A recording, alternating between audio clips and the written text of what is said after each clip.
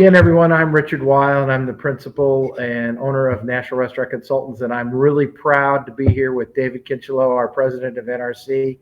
And David, we are live from the Moorline Lager House in Cincinnati, Ohio, and it's kind of fun. And of course, we'll welcome in Mr. Brian Devine, our great friend from Top Line Management and CafeFuel. 161st episode of the NRC Helpful Moment. Again, crazy. Moorline Lager House is literally a stone's throw away. We're going to just flip this camera. Can you see that, Brian? Oh, yeah. Looks great.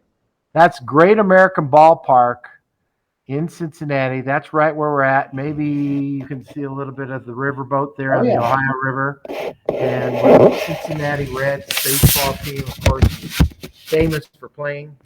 This particular client of National Restaurant Consultants is actually where the old Riverfront Stadium was. That's correct. And I think when you walk in, isn't that where Pete Rose hit his? Directly in front of the hostess stand is the old first base where Pete Rose broke Ty Cobb's record. And it's sitting here, right? Literally, we're probably, 100 feet, and then downstairs from where we're at. And if you're a baseball buff, and, of course, the great American pastime is Major League Baseball. And we're going to talk a little bit about that today because we know that Major League Baseball was pushed back a couple of weeks. And Dave, what is it scheduled to opening day roughly? Right now, here in Cincinnati, MLB is opening day is April 8th. Opening day here in Cincinnati is the 12th. The 12th. And so the message today is there's 30 Major League Baseball ballparks, and there's hundreds of minor league baseball parks throughout the United States. And what are you doing now to get prepared? Now, you might notice I'm in a chef's jacket today, and I've been working here at the Moorline House, and we're doing some testing of some products here today. They got this old tired pizza guy out of retirement to help with that today, but I will tell you what we're doing is they're getting prepared to roll out some new products and new items for opening day. Along with, this is the Moorline Lager House, and they brew their own beer here, right? Yeah, we have a 15-barrel brewing system here. We brew Germanic lagers, which are actually making a comeback here in the U.S. right now.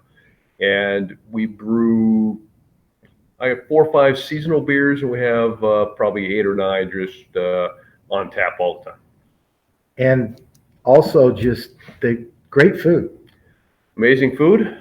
We have an amazing chef here at Moorline, and we are getting ready for opening day. There are preparations we're doing outside for bringing people across the street to us. We have a pretty big marketing campaign that's being run on Facebook, Instagram. We're even doing some geo-fencing type of deals to try to drive people here prior to the game and even part of the game. So Cincinnati, I think most people are aware, of course, a little over a month ago was in the big game there on the word Super Bowl. It was, I think, the 7th or 8th of February. They didn't get to bring home the Lombardi trophy, but 2 minutes.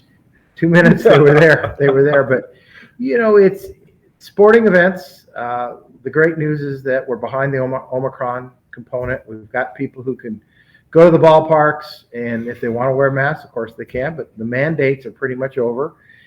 Your restaurant, what are you doing? If you've got TVs, if you don't have TVs, if you've got crowds, you really should be capitalizing and getting that word out. I'm gonna throw it over to Brian because he's going to talk about his favorite topic. And what are you doing with your list? So Brian?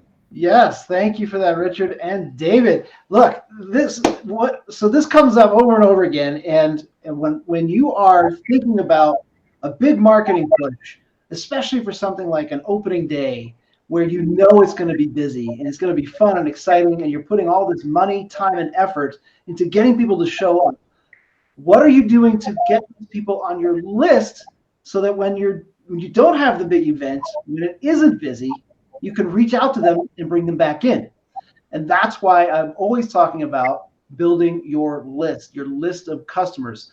the number one most important asset of any business, no matter what kind, is your customers. And if you can't reach out to them, you can be in trouble. So when the economy is going great and everybody is out and about, then things just kind of work, right?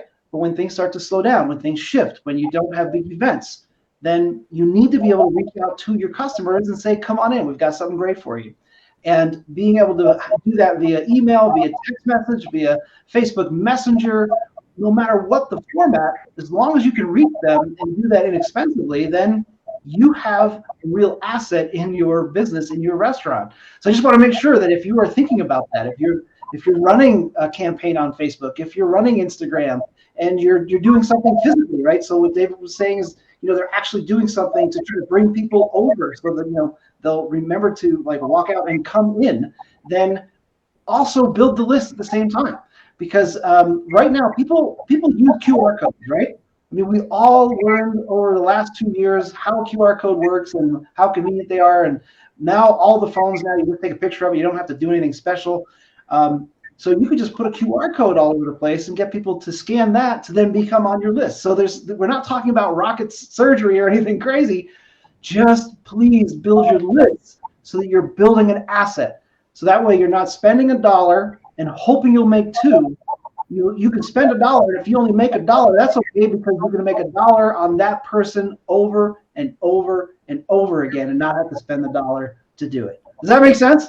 It makes total sense. And, I think people, I think the consumer wants to go back out to a ball game. They want to go to something that's comfort, that's familiar, that's fun. I mean, we've got a lot of things. I mean, we've coming out of COVID, the Omicron, and of course now we've got some world crisis components going on that makes people nervous and anxious. Give people a reason to dine out. Give them a reason to maybe let that hour, 2 hours, or whatever go by them. Not only are we going to have opening day here in about 3 weeks, but many restaurants also can participate in March Madness. And March Madness, of course, I heard this topic was how many billions of dollars of betting is going to happen. And it's not just in the betting components, it's people just with their brackets, etc. March Madness is another reason for people to go out and forget about their woes. But give them a reason, put a smile on their face, and we've heard this before. Look at me, smile at me, talk to me, thank me. Look at me, smile at me, talk to me, thank me. And don't forget to get them on your list. So that's really the message on our 161st. Dave, anything else? Nope, I think we're good. Well, thank you all for joining us here today. And Brian, as always, appreciate all your support. And bye for now, everyone. Bye for now, everybody. Bye.